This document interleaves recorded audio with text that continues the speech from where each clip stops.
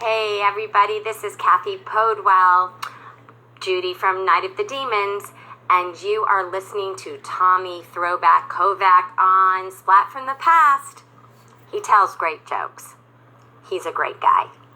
Hey dudes, welcome to Splat from the Past, the only 80s themed horror and sci-fi show where things could get totally radical.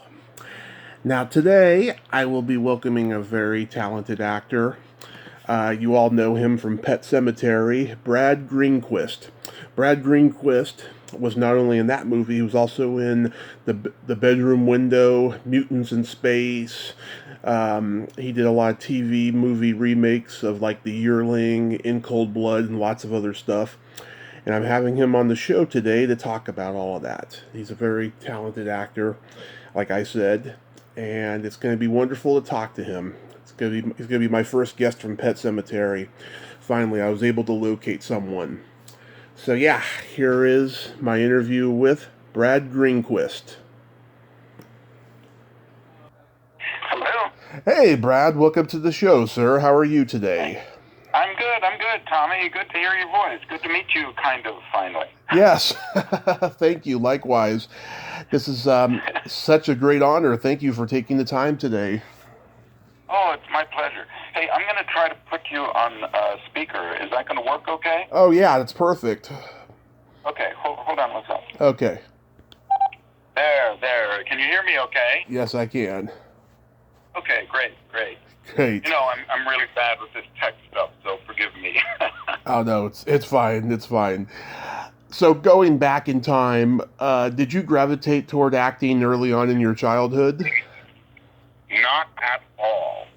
I am like the least likely person to ever have become an actor, I'll tell you that. As a child, I was shy and withdrawn, and I was so, my mother told me when I first started school, I guess for kindergarten, she said, now don't talk in class, and I took her literally. I never spoke. And when kids would, try to talk to me, I would mime the answer. And then growing up, I was just very shy and withdrawn, but I had this, I became very enamored of the Universal horror movies, There was this show, I grew up in Northern Virginia, outside of Washington, D.C., Mm-hmm. and there was a show, Friday evening, horror movie show on TV called Sir Graves Ghastly. Have you ever heard of Sir Graves Ghastly? I've heard The Great Gatsby, but not Sir Great Gatsby. No. Sir Graves Ghastly. He was out of Detroit. Mm-hmm. And he had this little, horror show that he had this character, and it was all a one-man thing, and then he'd show a horror movie every Friday night at 11:30, and I got on these things. A horror host, yeah.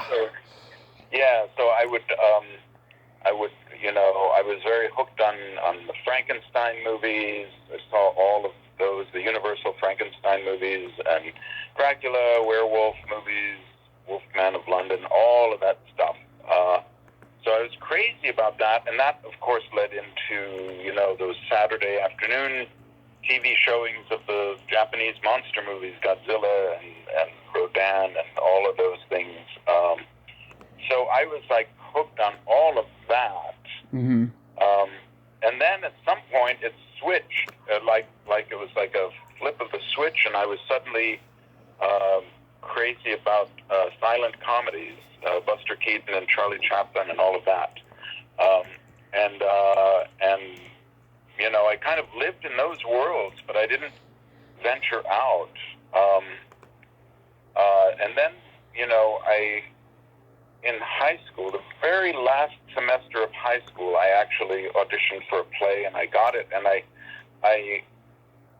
found that, this drama club was where all the misfits were. That's where everybody who didn't fit in anywhere else because they were too weird would go. And it felt like home. It just felt like home. And I've never left. Still in a drama club. Yeah.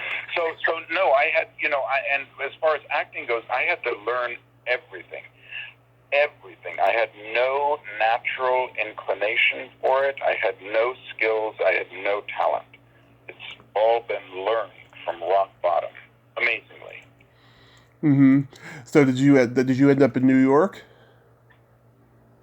Yeah. Well, I started, when I was 16, I started taking mime classes because I was also kind of fan of Marcel Marceau. That came out of the silent comedies, and I saw Marcel Marceau twice, and it just it shook me because there was this guy, one person, on stage for 2 hours with no words, no other cast members, and he held 3,000 people in the palm of his hand. And I was all the way up in the cheapest seat there was at the Kennedy Center in Washington, D.C. I was all the way up top where Mr. Marceau looked about a centimeter high. And even then I was enthralled. And I remember leaving and I was just shaking. I was thinking, oh my God, what is that? It's amazing. It's amazing. So then I took some mime classes after I got out of high school, I guess, or maybe before, I don't remember.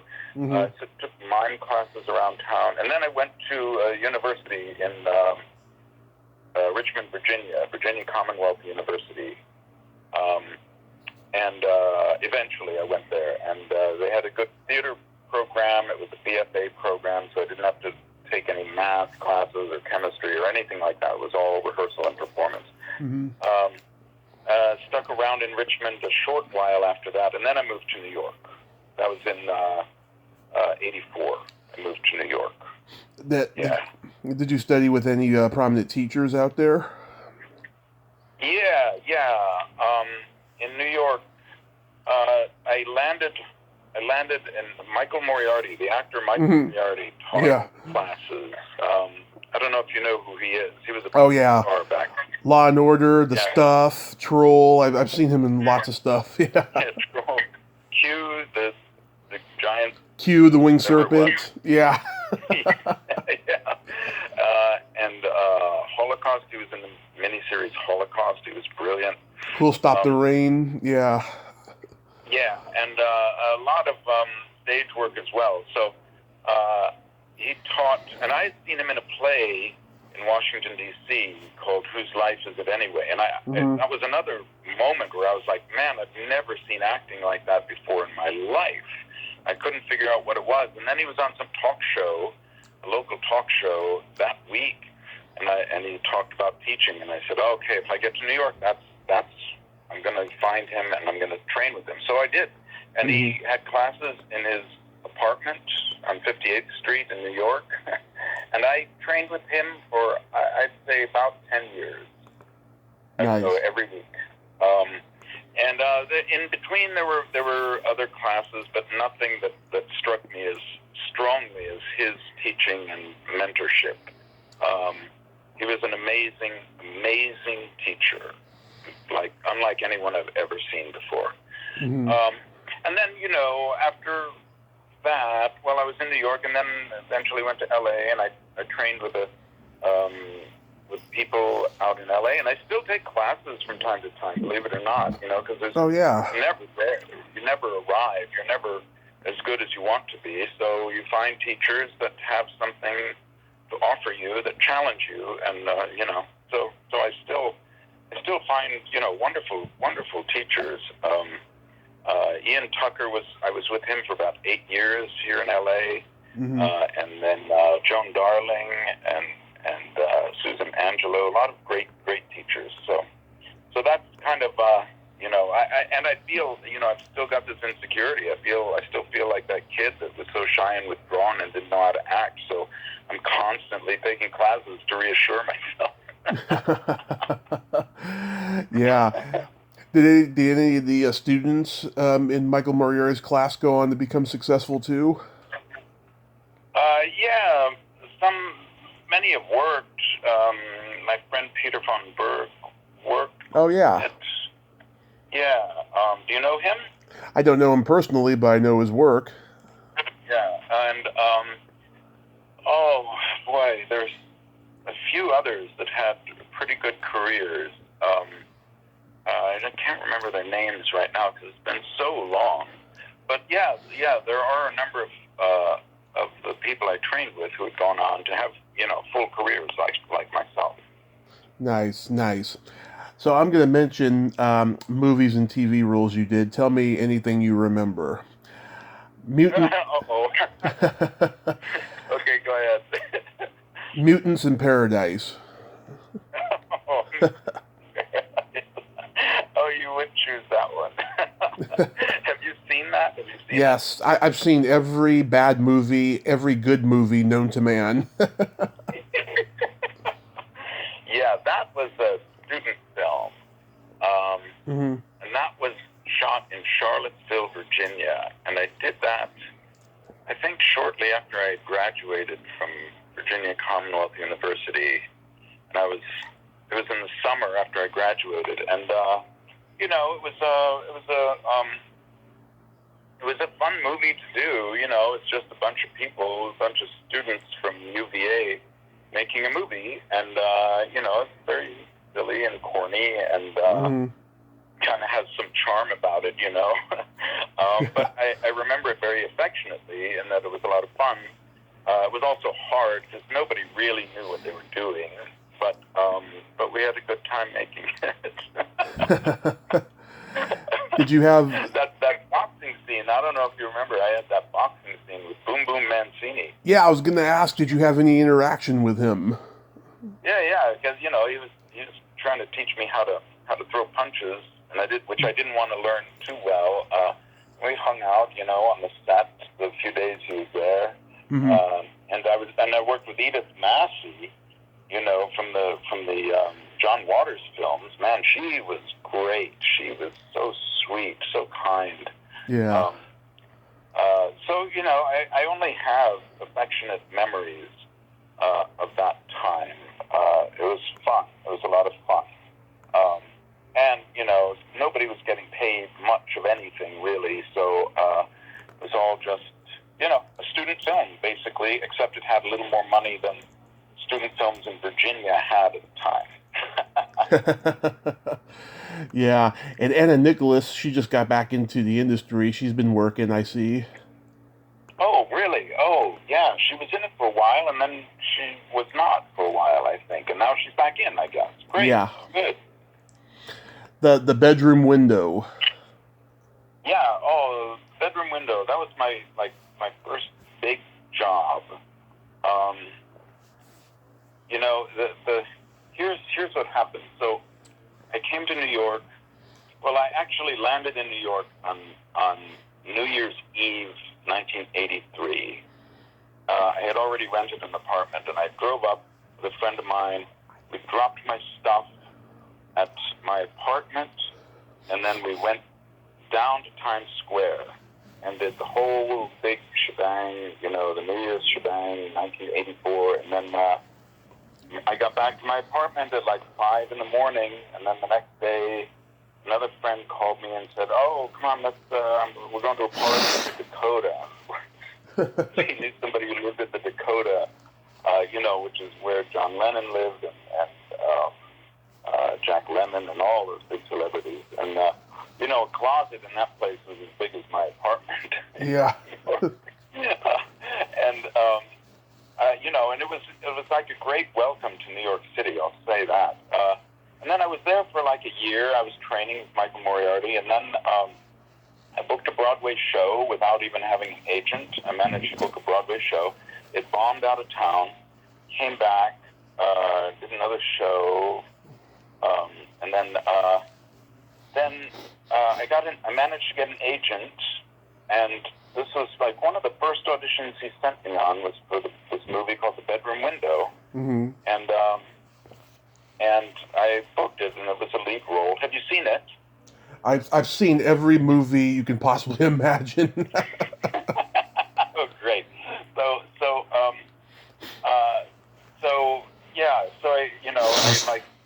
They flew me. Sorry. I did an audition in New York, and then auditioned for the director in New York as well, Curtis Hanson, before he was well known. Yeah. And then nothing for like a month. And then suddenly my agent called and said, "Oh, you got to travel to North Carolina tomorrow for an audition for the producers." It was a De Laurentiis thing. And so the next day I was on an airplane, flew down to Wilmington, North Carolina, auditioned for the producers.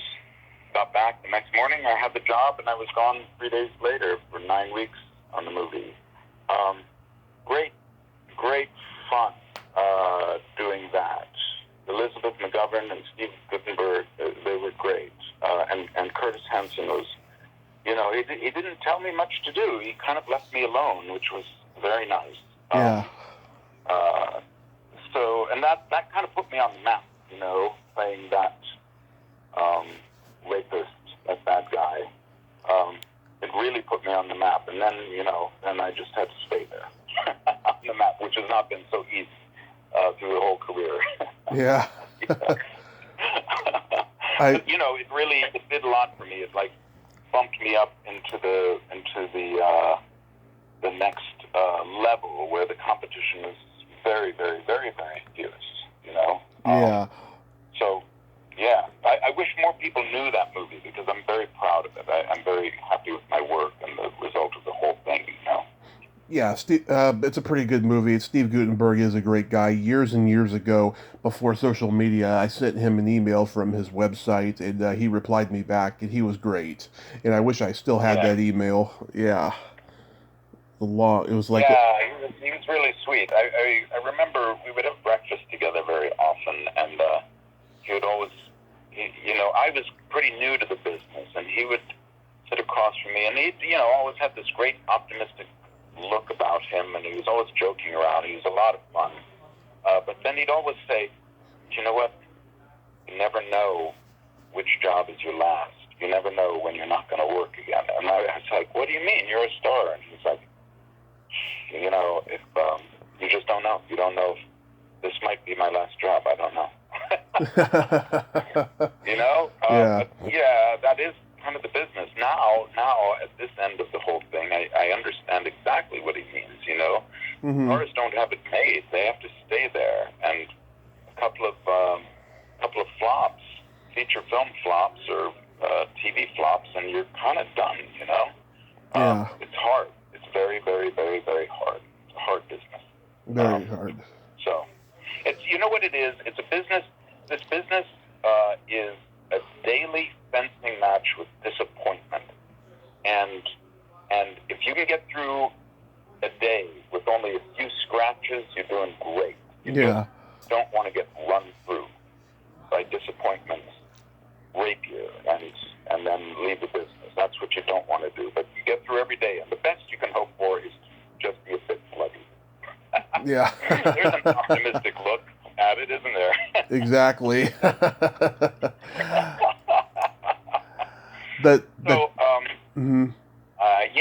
Steve Gutenberg, very, very sweet guy, very nice.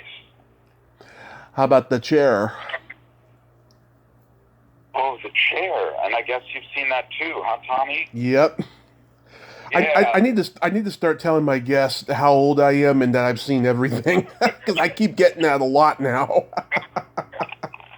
Oh man, The Chair was a hard one, Director Waldemir Korzeniowski, this crazy Polish guy, Mm-hmm.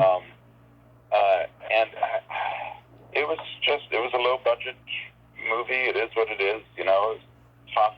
It didn't make sense to me when we were shooting it, Mm-hmm. and I don't think it made sense to anybody else either when we were shooting it, and it still doesn't quite make sense on film. That was tough going. There were some really good actors in that, though, really good actors. But it was just tough. Part of what was so tough was being, we were shooting in this abandoned jail in New Jersey somewhere, Mm-hmm. and that was basically where we were all day. We didn't have our trailers. We just had rooms there, and they're not even separate rooms, I don't think. We were just all kind of, there's a big room, you guys hang out there, and it was cold and damp, and so that was kind of, it was a little bit miserable when we were not shooting, waiting around, playing cards and stuff like that. So, yeah, the chair. I forgot about that one. It's James Coco's last movie, too. Oh, that's right. Yes, it was. And yeah. He was a force of nature. Very, very funny guy. But he was having some health problems at the time. I remember he needed help getting from his room. He had a separate room, getting from his room to set and stuff like that. But he had a great attitude about it all, Stephen Jeffries is in it, too. He was coming off of Fright Night and Heaven Help Us and all these great movies that came out in 1985. Mm-hmm. I've been trying to get... I don't remember him on the set. I can't quite recall. It was so long ago. Yeah. And then we get to the iconic Pet Sematary. Yeah, Pet Sematary. Pet Sematary. Who'd have thought that movie would have such a life? Yeah. I mean, at the time, yes, it was, the book was hugely popular. But when the film was casting, Stephen King's movies did not have the cachet that they do now. Back then, it was still, he was still coming out of, stuff like Creepshow. It was very, they were certainly horror movies, but very low production value, and kind of corny and goofy, Yeah. And his movies weren't taken seriously, not as they are now. And so, what was it? It was a low-budget film made of a huge selling book that the literati liked to look down on. And, it was relatively low budget, so, it was just one, it was a job, it was a job. It was a good job. But who would have thought that movie would have such an afterlife, And it does. I think it's more popular now than it was when it was first released,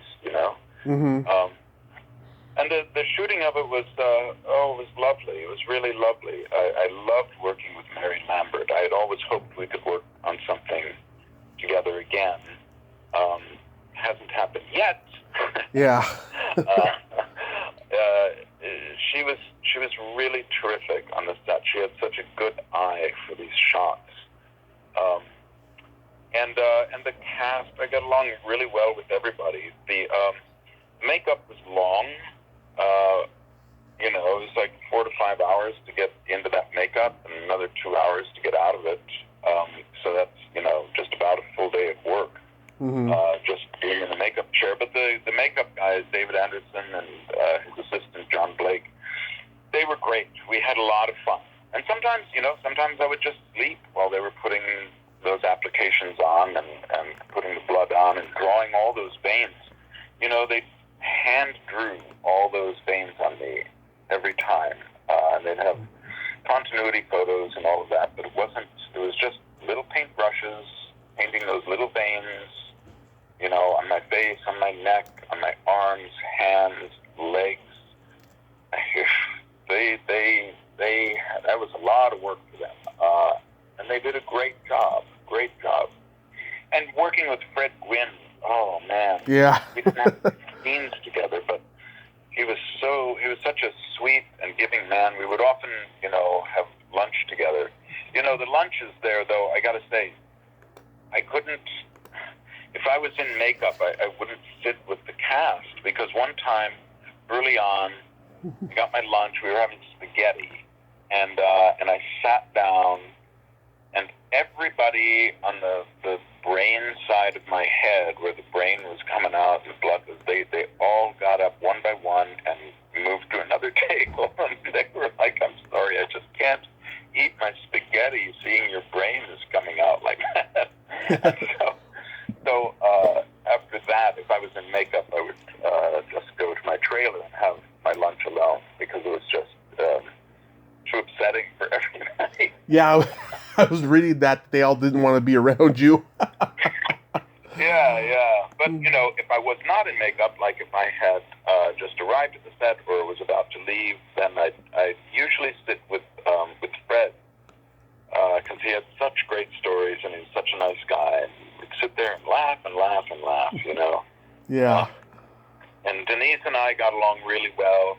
Dale and I were kind of like, we got along fine. Yeah. We weren't really hanging out together. Now, though, we're like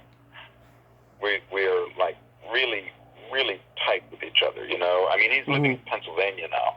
Mm-hmm. But, when we do conventions together, him and I are just, you know, it's great. And that's what's amazing about this film. You know, we have these conventions, as you know, and sometimes much of the cast is there. Myself and Dale and Denise Crosby and Miko Hughes, who played Gage, and sometimes Andrew Kubicek, who played Zelda.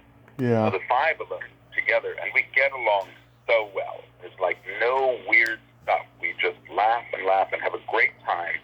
We generally all go out together. You know, we sneak away from the convention hotel and have dinner together at some other place. It's amazing that we all get along so well, because we were never together all like that on the set, ever, you know. Yeah. So it's kind of amazing, and it's great. It makes these conventions so much fun when all of us are there, you know. Yeah, I was supposed to be at a convention this year that Dale Midkiff was booked for, but then COVID prevented that. But Denise, God, I would love to have her on the show. I'm always tweeting her, and she never responds. But yeah, Mary Lambert, she was coming off of the Madonna videos that she directed. She's got a great visual sense. Yeah, she sure does. She knows how to tell a story. Yeah. Yeah, so I'm sure you're just amazed at the lasting impact of this movie. Yeah, it's pretty great. You know, I really, I'm so pleased that it has lasted so long and people are so affectionate about it, you know.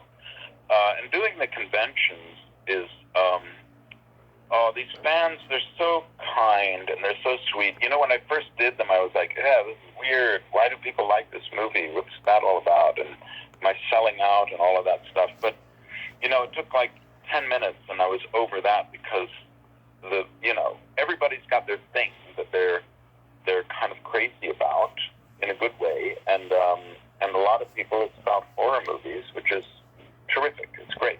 And many of them, you know, specifically for things like Pet Sematary, those fans are so sweet and so kind. And, you know, I thought it'd be a bunch of weird people, and it's not. It's just a bunch of people who love that movie. And I really enjoy going to those conventions and talking with everybody and signing autographs. It's really great because of the fans. They're so sweet and so nice and so grateful, you know? Yeah, absolutely. And then you were in a TV movie remake of the Gregory Peck movie, The Yearling. Yeah, boy, you've looked up all this stuff. Yeah. That's a TV movie. Have you seen that one? It's funny. There are a lot of TV movies I've seen, and there are a lot I haven't, and this is one of the ones I haven't. Yeah, it's hard to find, actually. That was great. Philip Seymour Hoffman was in it. We were playing brothers. And Peter Strauss, Gene Smart, a lot of really great actors. It was a fun story, you know, playing a hillbilly in Florida, I think it was. I mean, what's better than that? They made our clothes really dirty, and they had to, like, they broke eggs on us and threw mud on us and stage dirt and all this stuff. The director kept saying, more dirt, you know, and they like rubbed guacamole on our clothes until finally we were like really dirty. But then the clothes could not be washed the whole time we were shooting. So it was 3 weeks climbing into clothes that stank, and then, you know, had all this old food on them. Oh Lord. Yeah. But it was a really good shoot. It was great fun doing that one. And I was very proud of it, but, you know, it aired once, and there had been talk about it becoming a series. I think somebody wanted to make a series out of it, but then it just, like, It aired once, then it wasn't seen for years, and then it came out on a very uneventful DVD release. Mm-hmm. Oh, that's sad. It's a good movie. It's a really, really good TV movie. Did you know then that Philip Seymour Hoffman was so talented and he was going to be a star?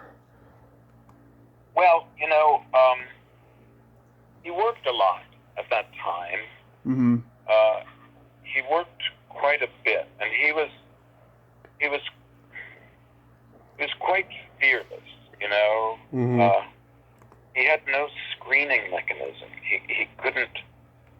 He had no way of editing himself in public, and so, like, we went to him and me and the fellow playing our third brother. We went to the shopping mall. We went to see a movie, and walking around the shopping mall, he bought a little pop gun, that had the cork on a string.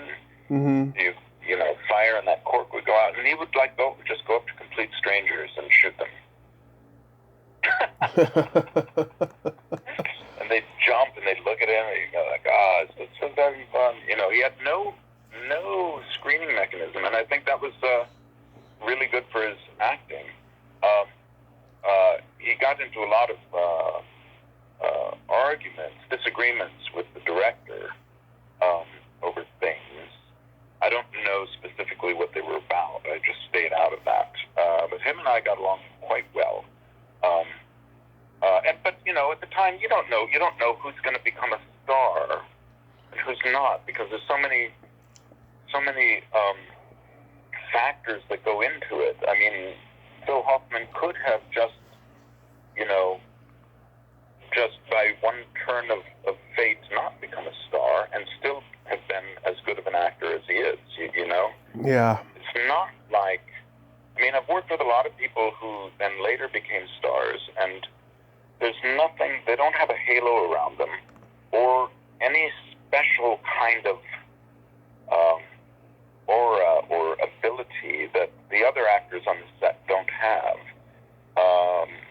Mm-hmm. They, the cards fall in their direction business-wise, and then they're smart enough to know how to play them. And it kind of happens that way as far as I can figure out, Mm-hmm. For example, I'm not a star. I'm not, a working actor. But I know a lot of actors who are just as skilled as I am, or even maybe more so, that have never had the opportunities I've had. And it's not because they don't have the skills. Not at all. It's just luck of the draw, Mm-hmm. and timing and things like that. You know what I mean? Does that make sense? It does make sense, yeah, because the business is a crapshoot, and nobody knows what their next job is going to be, and who they're going to be working with. That's why they say be nice to everybody while you're heading to the top, because you're going to see them again when you're at the bottom. Yes. Yeah. Yes. And in Hollywood, there's a special provision to that. You'll be at the bottom a lot. Yes. Keep going back down, and then you'll try to get back up, and then you'll keep going back down. So you'll be at the bottom quite a bit. Exactly. And you just start all over and start climbing back up again. And then you did the TV miniseries remake of In Cold Blood. In Cold Blood, yeah, right, yes, up in Canada. We shot that in Canada. Yeah, that was fun. That was kind of a small part, but it was a nice little scene. I played the snitch in prison. Yeah, that was great. I enjoyed that. A number of those lines that actually made the cut, I were improvised because I had done a lot of research on the real guy, and so on one of the takes it just went off, and they kept all that stuff. Not all of it, but a lot of it they kept in the final film. Stuff that wasn't necessarily scripted. That's always fun to do. You can do that on movies, somewhat on TV movies. It's a little harder to get away with it in television, Yeah. And Eric Roberts, I just interviewed him by accident. His wife came on the show last year, and she was coming on again, and she surprised me with him. And so I was so nervous. While I am talking to her, I'm going on IMDb looking up his filmography so I can come up with questions. It was so nerve-wracking, but he was a great guy. Yeah. I met him on the set. We didn't have a scene together. Real nice. And then I saw him again at one of those conventions. We were sitting near each other, and he didn't remember me at all, because he works all the time, constantly. Oh yeah. But he was very sweet, very nice. Bit older, as was I. Yeah. Anthony Edwards, he's a great actor. Sam Neill, wow. Yeah, Sam Neill. I worked with Sam Neill. I had a scene with him. Very nice guy. Just rock solid, rock solid. And, all of these people that one works with, you learn things from them, just by, if you open your eyes and stop thinking about yourself for a little while, as actors tend to do, and, really, really zero in on the people you're working with, you can learn so much about how they're doing what they're doing. You know what I mean? Mm-hmm. And that's what I remember from that, because he was just so... There's no show with him, He's so grounded, and you never get the sense that he's acting, ever, Yeah, he's very objectified. Yeah. And he doesn't throw on that acting energy. He's just like, wow, so, where were you last night? Yeah. Nothing flashy, and it suits him very well. It's very interesting to watch, Yeah. And then you were in Ali. Ali, yeah. With Michael Mann. I went to Miami for one scene. It depends on the cut you've seen. There's 2 cuts of it out there, and I shot 2 scenes in that movie. One scene is in one cut, the other scene is in the other cut, but the 2 scenes are not together in any cut. I went to Miami, and this was I had this scene where I'm on the phone, reporting to somebody, because I'm a CIA guy, and I had like a page-long speech that I had to deliver into the phone with, just 1 or 2 responses from the other person on the other end of the phone. And here's how it went. Michael Mann would say, okay, we'll set it up. And so I was sitting in a hotel room on the edge of the bed. The camera was on a track in front of me, and it was going to, it was looking at me, and it would just pass by, and then it would come back the other way and just keep going back and forth very slowly in front of me. And so we did take 1, and at the end he said, okay, keep rolling. And then he came over to me and he said, okay, just speed up the beginning and slow down the end and really punch it there in the middle. Action. And we did another take, and then we got to the end. He said, okay, keep rolling. Okay, so Brad, now take those lines you have, the second and third line, and put them at the end, and bump that middle speech you have to the beginning after your first line. He kept doing this. We did 17 takes without a cut, without ever cutting. He didn't give me any time to process any of his instructions. It was very, it forced me to be extremely focused and extremely present, because I couldn't, he wants me to move lines all over the place, and I just had to do it while the camera was rolling. There was no rehearsal, nothing. Yeah. So we did 17 takes like that. Then the camera ran out of film. They had to change the magazine, put in a new magazine. We did 10 more takes. Same kind of stuff. And I had no idea if I was doing a good job or a bad job. No idea. And there was, at some point they said, okay, let's have him with a cigarette so we get the smoke coming up in front of the face. And, so there was that to deal with, because it's very hard to not blink when you have cigarette smoke coming up into your face, and it's important to not blink very much. So then, afterwards, we finally said, cut, okay, I think we got it. And Michael Mann came over to me and gave me a big hug. That was like highlight of my career. Getting a hug from Michael Mann, because he's a tough guy. He's a tough cookie, a real tough cookie. Oh yeah, I've heard. Yeah. But he's very kind to the actors. He really appreciates the actors. That's good. He's very demanding too. I mean, a lot of people I heard on the set, we got him to 82, 83 takes for like one line, over and over and over. Yeah. So anyway, that's and then I went to Africa. I got to, then I came back from Miami, and then a month later, I got a call on a Sunday saying, "Oh, okay, you have a flight tomorrow to Africa." I'm like, "What?" I thought it was in 3 weeks. No, they changed the schedule. So tomorrow you're going to fly to Africa. They flew me all the way to Africa, to Mozambique, for one scene where I walk up the stairs and out onto a balcony. And that was it. And wow. The costumes hadn't been able to cross the border from South Africa into Mozambique. And so I wore clothes from the crew.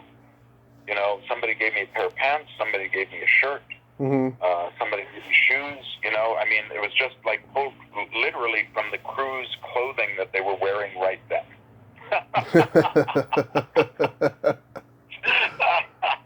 Oh, crazy. That's crazy. So anyway, that was my Ali story, and flying to Africa. That was like 30 some hours just to get to Africa. Yeah. And we were in first class, and all of the stars were on that flight. Will Smith and Ron Silver, and all of them were like. I was in this first class cabin with all these big stars. I couldn't believe it. It's great. Yeah, I mean, what's it like in Africa? I've always tried to picture it. Well, I was not there for very long. A lot of the actors were there for quite a bit longer. But in Mozambique, that had been a Marxist government, and a lot of the citizens there had worked in East Germany, right? Mm-hmm. So none of them knew English, or well, some of them did, but many of them did not speak English, or not enough. And I certainly didn't know whatever the language was that they spoke there. But I knew enough German, and they knew enough German, so we were communicating. I was communicating with them in German. Although their German was from East Germany, which was kind of like, when Germany got divided after the war, the eastern part just didn't, the language didn't develop the way it did in the West, with all the new lingo and new ways of speaking. They were kind of stuck in the 1940s kind of vernacular, So that was a little odd, but we did manage to communicate. And they were very sweet. The folks in Mozambique, they were very, very kind and very curious, And that's about all I can say. I was only there for like a day. Enough for one scene, Wow, one scene in 30-hour trip. That's insane. Yeah, it is. It's crazy. So do you have any upcoming projects or anything that got shelved because of COVID? Oh, yeah, I have three projects that I was lined up to do, and they all have been put on hold. One of them checked in about my availability, but the it's still bad here in Los Angeles, and I didn't want to. It was a low-budget film, I think. I didn't want to go on a set. I said, they checked my availability for like 6 weeks on, and I said, depends on how it is in 6 weeks. It's this bad. I don't want to go on a set. But there's another one that may happen. They've also checked about my availability, and then a lead in a low-budget film that I think is still waiting for the pandemic to subside a bit. You know, it's a little tricky going on a set. Oh, yeah. With so many people, and I just don't know how I feel about it. I'm anxious to work, but I'm over 60. I'm kind of in a high-risk group, so I don't know. And I had a play that I was we were in rehearsal, and that got put off, and theater is not going to start for quite a while. So Yeah. I had like 4 things that all came to a screeching halt. But it did for everybody, and that's just the way it is. But the ones that may be shooting, I can't tell you the titles or anything like that because it's all very hush-hush. You know? Yeah. Everything in Hollywood is hush-hush these days. It always has been, I think. Yeah. Yeah. Well, I hope after all this insanity, you get to return to work and stuff. And it's been great having you on, Brad. Yeah, well, it's been a pleasure chatting with you, Tommy. Thank you so much. I'm quite moved that you have that you've seen, that you've contacted me and talked with me like this. It's really great. Thank you so much. My pleasure. My pleasure. You have yourself a great day and stay safe. Okay, you do the same. All right. Okay. Bye-bye. Okay. Bye-bye. Well, there you have it. Brad Greenquist. Ain't he a cool dude? Nice guy. Talented guy. Glad I got to talk to him. If you like this video, everyone, please subscribe to my YouTube channel. Add me as a friend on Facebook. Join my Tommy Kovac comedian page on Facebook. Follow me on Twitter and Instagram and all that fun stuff. Well, that's all the time we have this week on Splat from the Past. Until next time, this is Tommy Throwback Kovac saying, there's no shame in living in the past, because the present sucks. Later, dudes.